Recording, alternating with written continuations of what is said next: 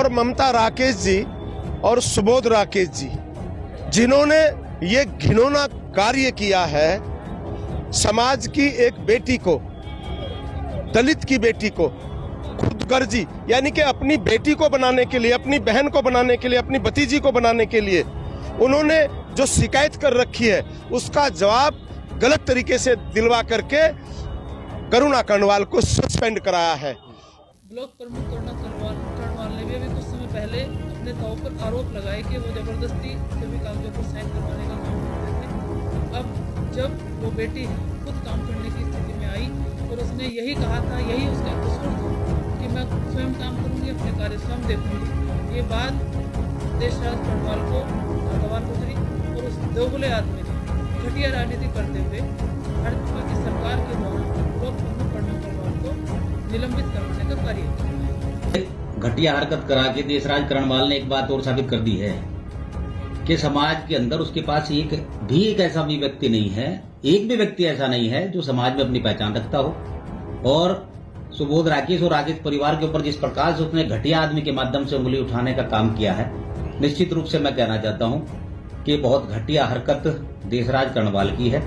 देखिए, अगर ममता राकेश जी की शिकायत पर कार्रवाई होती तो वो 2 साल पहले हो जाती, क्योंकि वो कांग्रेस की विधायक हैं और मैं भारतीय जनता पार्टी से हूँ। मेरे ताऊ जी भी पूर्व विधायक रह चुके हैं भारतीय जनता पार्टी से। क्योंकि मेरी उनके साथ अनबन हो गई तब जाके एकदम से कार्रवाई हो गई है। उन्होंने पता नहीं अधिकारियों के साथ में क्या साठ-गांठ मिलकर क्या करवाया है, मुझे पता नहीं है, क्योंकि मैंने तो कारण बताओ नोटिस का भी जवाब दे दिया था।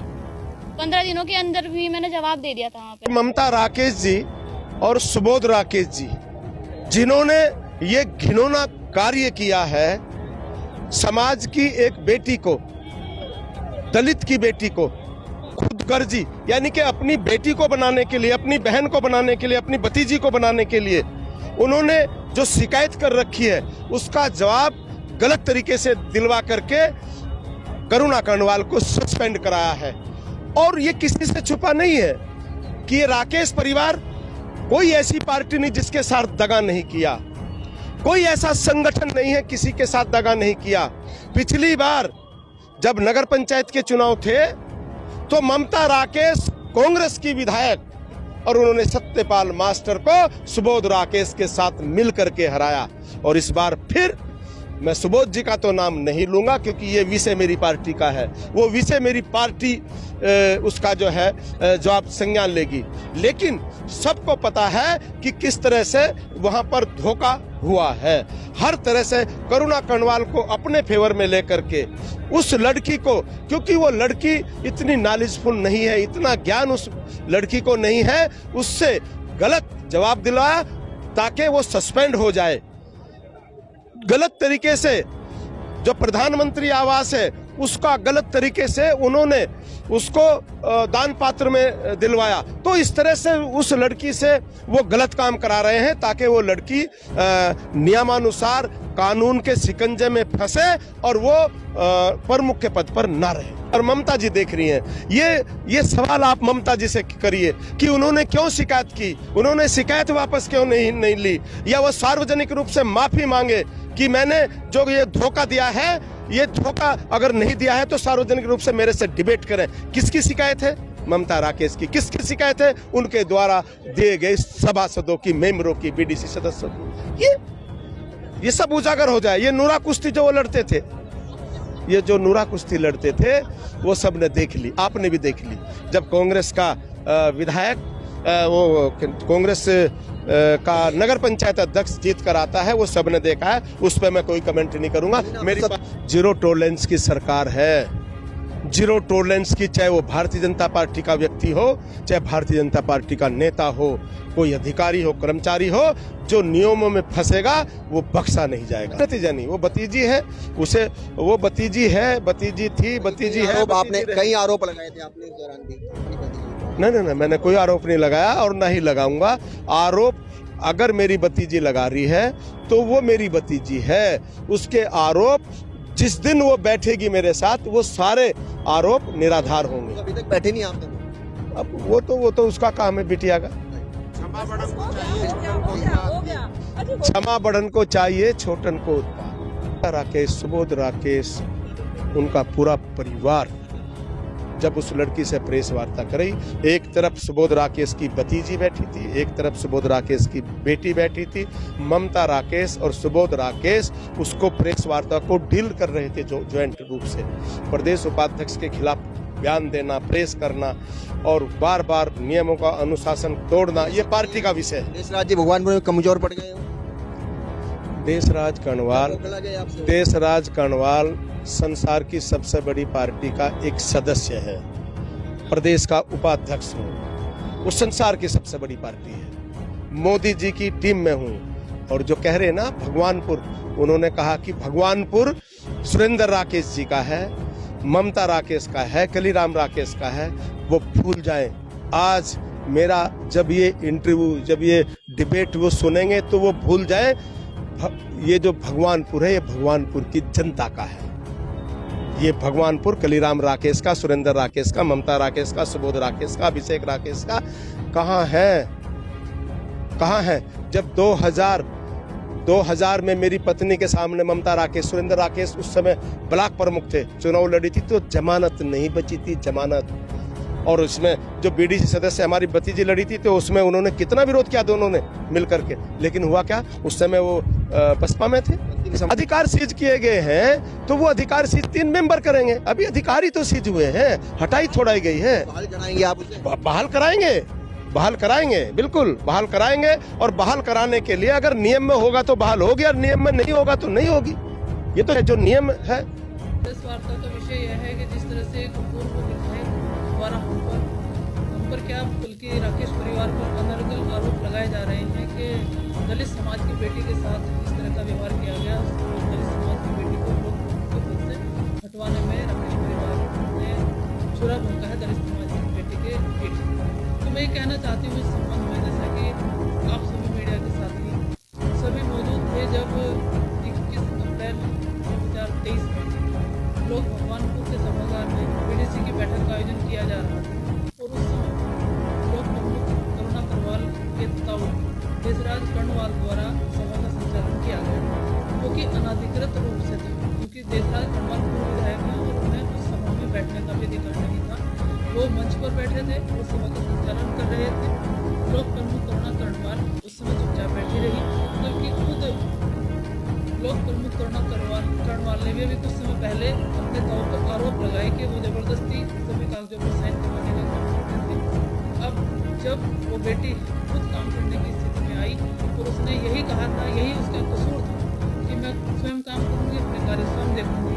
ये बात देशराज कणवाल को नागवार गुजरी और उस दोगले आदमी ने घटिया राजनीति करते हुए भाजपा की सरकार के द्वारा लोक प्रमुख करुणा कणवाल को निलंबित करवाने का कार्य किया। जब मेरी शिकायत जो थी, मेरी शिकायत करुणा कणवाल की नहीं थी, मेरी शिकायत थी देशराज कणवाल के, क्योंकि उस सभा का संचालन भी देशराज कणवाल कर रहे थे। जब मैंने उन्हें ऐसा करने से मना किया तब उन्होंने मेरे साथ ही गलत व्यवहार करने की कोशिश की, अभद्रता वहाँ पर करने की कोशिश की, जिसकी शिकायत मैंने शासन में भी की थी, सचिव उत्तराखंड पंचायत राज सचिव से की थी। लेकिन अगर मेरी शिकायत पर भी कार्रवाई करनी होती, क्योंकि भाजपा पार्टी की सरकार है और अधिकारी सरकार के दबाव में रहते हैं। 2023 की शिकायत पर 23 पूरा चला गया, 24 पूरा चला गया और मेरी शिकायत का हवाला देते हुए अब कार्रवाई की जा रही है। जबकि सच्चाई यह है कि इस दोगले आदमी ने घटिया राजनीति करते हुए पहले तो लोक प्रमुख करुणा कणवाल को परेशान करने का काम किया, उससे झाड़ू पोछा लगवाता था, उसको शोषण करता था और अब जबकि वो बच्ची खुद अपने आप बात करने में सक्षम हुई तब उसने उसे निलंबित कराने का कार्य किया। तो इस संबंध में ये कहना चाहती हूँ कि मेरी शिकायत पहले थी 21 अप्रैल 2023 में, लेकिन उस मेरी शिकायत पर कोई कार्रवाई सरकार के द्वारा नहीं की। पूरा 23 चला गया, 24 चला गया और 25 में मेरी शिकायत का हवाला देते हुए जबकि घटिया राजनीति करने वाले देशराज कणवाल इसकी जमीन जबरड़ा से भी खिसक चुकी है और अब नगर पंचायत चुनाव में भी इसने बढ़ चढ़ करके इस चुनाव में भागीदारी की और खानपुर का अपना घर बताने वाले देशराज कणवाल को खानपुर की सम्मानित जनता ने दिखा दिया और बता दिया कि रिजेक्टेड और डिफेक्टेड व्यक्ति को हम स्वीकार नहीं करते हैं। खानपुर से उसे खदेड़ने का काम किया है। अगर उसमें जरा भी शर्म और गैरत होगी वो खानपुर से अपना मकान बेच देगा, क्योंकि खानपुर वालों ने भी उसे नकार दिया। तो इस संबंध में मैं यही कहना चाहती हूँ, अगर बात गरीब की बेटी की है, दलित की बेटी की है, तो हम करुणा कणवाल के साथ हैं और मैं दावा करती हूँ कि जितने जितने भी हमारे एससी समाज के बीडीसी सदस्य हैं, सब करुणा करणवाल के साथ हैं। और निश्चित रूप से उनके द्वारा और हमारे द्वारा कभी भी किसी दलित समाज की बेटी या सर्व समाज के किसी भी व्यक्ति का शोषण नहीं किया गया, न किसी के साथ अत्याचार किया गया। देशराज करणवाल न तो अपने भतीजे के साथ इंसाफ कर पाए, नहीं तो वो बच्ची अपने ताऊ पर क्यों इस तरह का आरोप लगाती है। और मुझे मीडिया के द्वारा, समाचार पत्रों के द्वारा संज्ञान में आया है कि आज भी जहाँ करुणा करणवाल रहती है उस घर की स्थिति का अंदाजा आप लगाइए।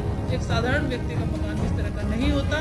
और उसने खुद भावुक होते हुए बताया है कि देशराज करणवाल उनके साथ किस तरह का व्यवहार करते थे। करणवाल से भी कोई बात नहीं है, लेकिन अगर उसे एक दलित की बेटी के रूप में या एक हमारी मातृशक्ति, हमारी बेटी आगे बढ़ रही थी, उसे कहीं हमारी मदद की जरूरत है तो मैं उसकी मदद करने के लिए तैयार हूँ। और हमारे बीडीसी सदस्य जितने भी, चाहे ऐसे समाज में दूसरे भी, उसके साथ। देखिए, खिसियानी बिल्ली खम्बा नोचे, ये जो करा है ये सब देशराज करणवाल की ओछी मानसिकता का परिचय है। मैंने पहले भी कहा था कि देशराज करणवाल मानसिक बीमार हैं, उन्होंने पहले अपना इलाज कराना चाहिए, क्योंकि इस तरह का व्यक्ति ही, मानसिक बीमार व्यक्ति इस तरह की रोक हरकतें करता है। और ऐसा ही करुणा करणवाल के केस में ना तो वो अपने भतीजे के साथ इंसाफ कर पाए, और अब जब चुनाव में उन्हें करारी हार का सामना भारतीय जनता पार्टी को यहाँ करना पड़ा, तो उसके एवज में देशराज करणवाल को भारतीय जनता पार्टी की सरकार के द्वारा बेटी बचाओ बेटी पढ़ाओ का दायरा देने वाली इस सरकार कहती कुछ है, करती कुछ है।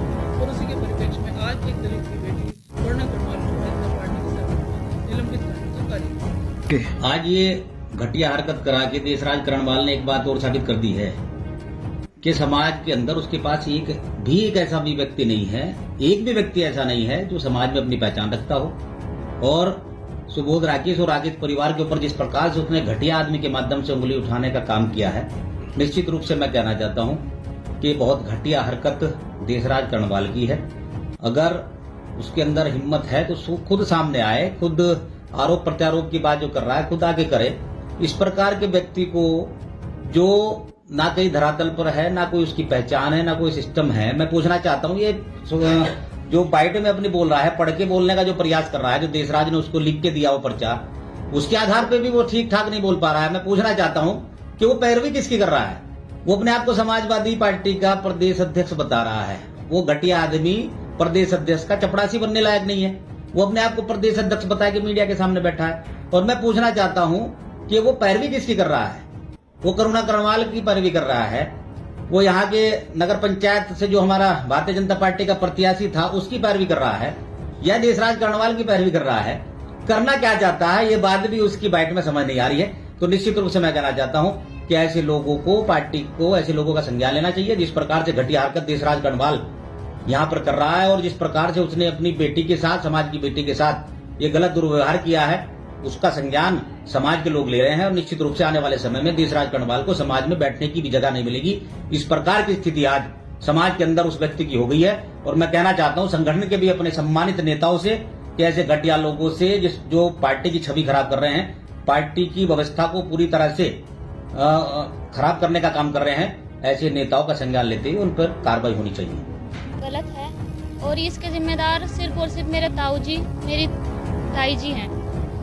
और उन्होंने जो गंदी राजनीति मेरे साथ खेली ना, ऐसा कभी कोई नहीं कर सकता। भगवान 100 दुश्मन दे दे किसी को, ऐसा अपने किसी को ना दे। देखिए, राकेश परिवार का इसमें कोई भी रोल नहीं है। जो भी किया धरा गया है मेरी ताई जी और मेरे ताऊ जी का है, क्योंकि वही नहीं चाहते कि मैं इस पद पर रहूं।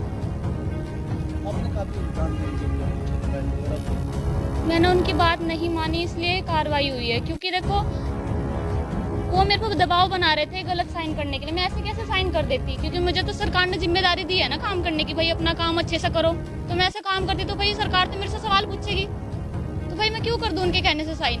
मैंने उनसे बोला भी था कि पहले मैं काम देखूंगी तब जाके मैं साइन करूंगी। अब क्या करेंगे? अब अपने देश के मुखिया, प्रधानमंत्री तक भी अगर मुझे जाना पड़े तो मैं जाऊंगी, क्योंकि कार्रवाई जो हुई है वो गलत हुई है। और अगर किसी ने कोई नहीं सुनेगा तो कोर्ट तो है ही। पर मुझे अपनी सरकार पर इतना भरोसा है कि वो अपनी बेटी को न्याय जरूर देगी, क्योंकि मेरी भारतीय जनता पार्टी का तो नारा ही यही है, बेटी बचाओ बेटी पढ़ाओ। मेरी भारतीय जनता पार्टी का नारा है बेटी बचाओ बेटी पढ़ाओ। और मेरी भारतीय जनता पार्टी पर मुझे इतना विश्वास है कि वो एक दलित की बेटी को न्याय जरूर दिलाएगी। मेरा साथ जरूर देगी, क्योंकि भारतीय जनता पार्टी एक ऐसी पार्टी है, क्योंकि वो नारों में ही नहीं बोलती कि बेटी बचाओ बेटी पढ़ाओ, वो साथ भी देती है।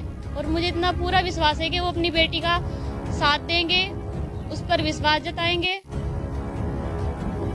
मैं जरूर जाऊंगी, अपने प्रदेश के मुख्यमंत्री जी से मिलने जरूर जाऊंगी मैं, क्योंकि मुझे लगता है कि सरकार ऐसे ही, मेरी जो सरकार है वो अपनी बेटी के साथ अन्याय नहीं करेगी। देखिए, अगर ममता राकेश जी की शिकायत पर कार्रवाई होती तो वो 2 साल पहले हो जाती, क्योंकि वो कांग्रेस की विधायक हैं और मैं भारतीय जनता पार्टी से हूँ। मेरे ताऊ जी भी पूर्व विधायक रह चुके हैं भारतीय जनता पार्टी से। क्योंकि मेरी उनके साथ अनबन हो गई, तब जाके एकदम से कार्रवाई हो गई है। उन्होंने पता नहीं अधिकारियों के साथ में क्या साठ-गांठ मिलकर क्या करवाया है, मुझे पता नहीं है, क्योंकि मैंने तो कारण बताओ नोटिस का भी जवाब दे दिया था। 15 दिनों के अंदर भी मैंने जवाब दे दिया था वहाँ पे कि राकेश परिवार का इसमें कोई रोल नहीं है। जो भी किया धरा गया वो मेरे ताऊ जी का है, मेरी ताई जी का है, और उनके कुछ अन्य साथी भी हैं मिले हुए उनसे, जो चाहते नहीं है बिल्कुल भी। क्योंकि वो मुझे पूछ रहे थे कि अभी ब्लॉक में चल क्या रहा है, ब्लॉक में किसकी चल रही है। तो मैंने उन्हें बोला कि भाई ब्लॉक प्रमुख मैं हूँ, तो ब्लॉक प्रमुख के काम भी तो मैं ही देखूंगी। अब कोई और किसी के कहने से मैं क्यों कर दूंगी कोई भी काम। तो ठेकेदार, क्योंकि ठेकेदारों से पैसे ले रखे हैं उन्होंने, 25% कमीशन लिया है उन्होंने। आप चाहो तो मेरा घर देख लो, इतना बड़ा घर नहीं है, मेरा एक कमरा है। और उस पर भी उन्होंने मेरे ऊपर ये आरोप लगाया कि मैंने इनको इतने पैसे दिए। मुझे 6,000 रुपये महीना मिलते हैं, वो भी मुझे 6 महीने में मिलते हैं, उसने लिया है। और ठेकेदार मुझे परेशान कर रहे थे यहाँ पे आके कि भाई हमने तो कमीशन दिया है, हमारी फाइलों पे साइन करो, चाहे काम जैसा भी हो। तो भाई मैंने उन्हें बोला कि भाई मैं ऐसे साइन तो कर नहीं सकती, मैं नहीं करूँगी भाई। तुमने कमीशन दिया है देशराज कर्णवाल को, मुझे नहीं दिया भाई, और ना मैं लूंगी कभी कमीशन। क्योंकि मैंने तो अपनी भारतीय जनता पार्टी से वादा किया है कि मैं अपने काम को अच्छे से करूंगी, पूरी सच्चाई के साथ करूंगी, कोई किसी भी काम में कोई कमी नहीं होगी। जनता पार्टी पर पूरा विश्वास है कि अपनी बेटी को वो न्याय जरूर दिलाएंगे, एकदम न्याय जरूर दिलाएंगे।